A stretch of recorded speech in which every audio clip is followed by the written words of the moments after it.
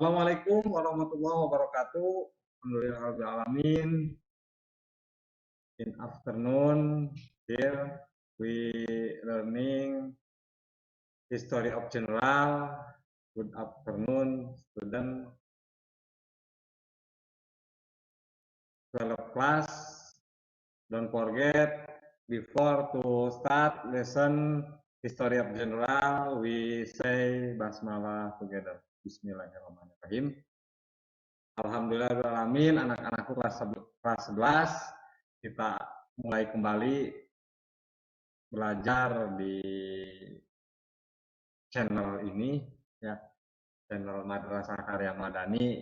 Jangan lupa ya, di like, di komen, dan di subscribe-nya, kawan-kawan ya. Karena itu sangat berarti bagi kami.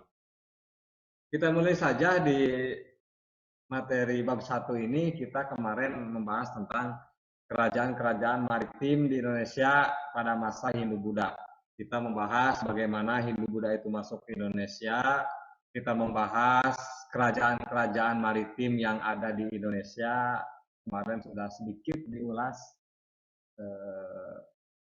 beberapa kerajaan yang ada di Indonesia. Tentunya ulasan kerajaan-kerajaan itu sangat sedikit sekali. Nanti lebihnya sebagai tugas buat kalian ya, buat kalian. Kita masuk ke pertemuan kedua ini, kita akan membahas tentang bagaimana sih pengaruh kebudayaan Hindu-Buddha yang ada di Indonesia ya tentunya terhadap berbagai hal ya. Terhadap apa saja? Tentunya pengaruh kepercayaan Hindu-Buddha ini banyak mempengaruhi kehidupan masyarakat di Indonesia. Nah, kita akan membahas 5 pengaruh kepercayaan Hindu-Buddha yang ada di Indonesia. Di bidang pertama di bidang kepercayaan, di bidang agama, yang kedua di bidang politik, yang ketiga di bidang ekonomi, yang keempat bidang sosial, dan yang terakhir di bidang seni budaya. Ya. Jadi kepercayaan Hindu-Buddha yang datang ke Indonesia ini tentunya membawa dampak pengaruh yang sangat besar sekali. Bahkan sampai sekarang pun pengaruh kebudayaan Hindu-Buddha ini luar biasa ya. Banyak sekali ya pengaruh-pengaruh dari mulai kepercayaan, dari mulai kebudayaan ya. Banyak sekali lah. Sampai sekarang pun ternyata di kita pun ada akulturasi, ada percampuran budaya Hindu-Buddha ini terhadap agama Islam juga ada ya. Banyak lah pokoknya malah bisa dicontohkan di kehidupan sehari-hari kalian. Contohnya salah satunya yaitu kalau ada di sini ada kebudayaan bahwa yang mengandung itu harus dirayakan pada 7 bulannya. Itu adalah salah satu akulturasi atau percampuran kebudayaan Hindu-Buddha terhadap kehidupan kita. Nah, bagaimana sih pengaruh kepercayaan Hindu-Buddha terhadap terhadap agama yang ada di Indonesia? Di sini di bidang filsafat atau di bidang kepercayaan, kebudayaan Hindu-Buddha memberikan pengaruh di bidang agama, yaitu berupa agama Hindu dan agama Buddha. Tentunya karena kepercayaan yang dibawa adalah Hindu-Buddha, sehingga akan membawa atau menggantikan kepercayaan yang sudah ada, kepercayaan Hindu-Buddha.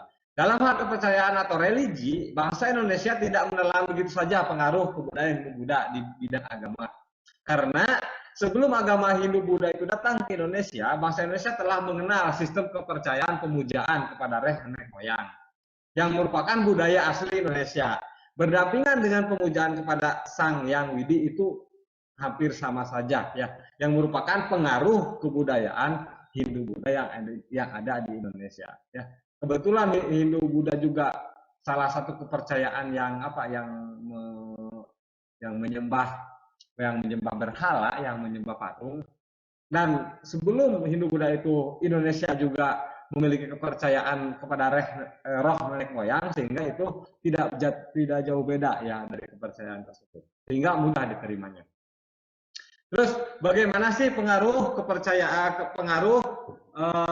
Hindu-Buddha pada bidang politik. Ya, setelah masuknya unsur kebudayaan agama Hindu-Buddha yang terjadi di Indonesia, tentunya ada dampak perubahan yang terjadi. Ya, kedudukan kepala suku awalnya Indonesia itu hanya kepala suku.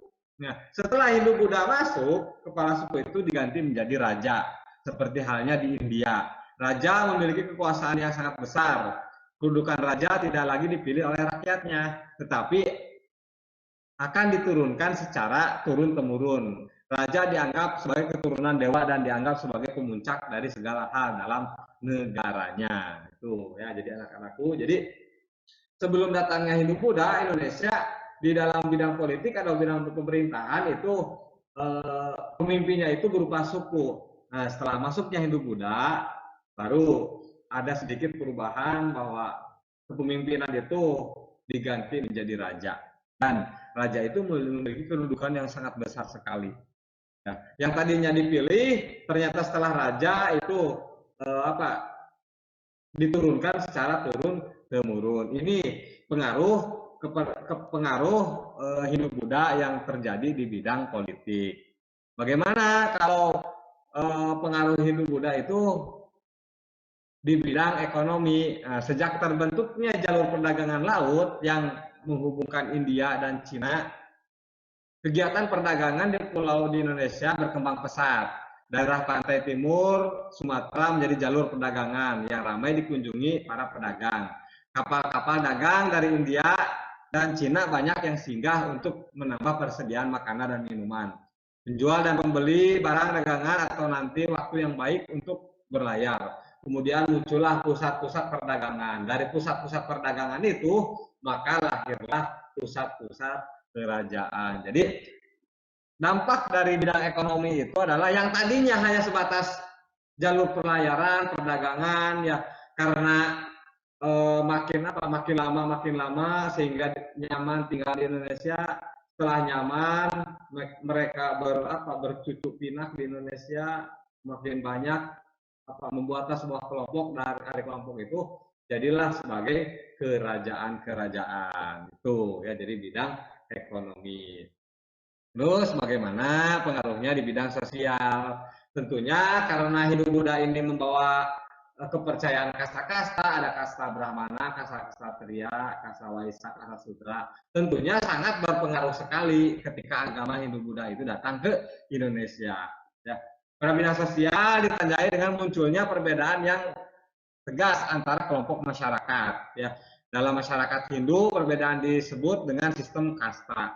Sistem ini dibedakan menjadi berdasarkan fungsinya. Ada golongan Brahmana, tadi sudah dijelaskan, ya, golongan Ksatria, para kerajaan, Waisya, dan kedana Sudra, ya, rakyat biasa. Ya. Menduduki golongan terendah atau keempat. Adanya pembagian masyarakat berdasarkan kasta berdampak pada perbedaan hak-hak antara golongan kasta yang berlainan, terutama dalam pewarisan harta, pemberian sanksi, dan kedudukan dalam pemerintahan. Tentunya karena ada kasta-kasta, tentunya masyarakat itu dibelah-belah, dipecah-pecah, ya, sehingga berpengaruh terhadap kehidupan yang lainnya. Terus yang terakhir, bagaimana sih pengaruh masa Hindu-Buddha di Indonesia terhadap bidang kesenian atau seni budaya? Tentunya di dalam seni budaya masuknya unsur kebudayaan agama Hindu-Buddha, itu terjadilah perpaduan antara dua kebudayaan tersebut. Perbedaan itu disebut dengan akulturasi. Hasilnya adalah kebudayaan baru yang memiliki ciri khas masing-masing kebudayaan. Contoh di bidang seni, tentunya kita melihat banyak sampai sekarang pun di bidang seni bangunan pengaruh Hindu-Buddha itu bisa kita saksikan. Salah satunya yaitu di salah satu 7 keajaiban dunia, yaitu Candi Borobudur. Candi Borobudur itu klaim mereka bahwa Candi Borobudur itu adalah salah satu bentuk kebudayaan, hasil dari kebudayaan Hindu Buddha yang ada di Indonesia. Banyaklah dari candi itu, nanti ada stupa, ada patung-patung, ornamen patungnya. Tentunya ornamen patung tersebut itu mengambil dari dari kebudayaan hidup budaya yang asli. Dari seni pahat, seni ukir, kita juga bisa melihat di gambar bahwa ada ketika membuat pahat dan ukir tentunya banyak ornamen-ornamen atau benda-benda yang diukir berdasarkan kepercayaan hidup budaya tersebut. Seni sastra dan aksara, seni sastra aksara bisa kita lihat bahwa seni sastra itu dan sampai sekarang bisa kita dengarkan kalau kalian suka itu wayang golek ya. Wayang golek itu merupakan salah satu kebudayaan hidup Buddha ya yang diakulturasi di Indonesia ya. Jadi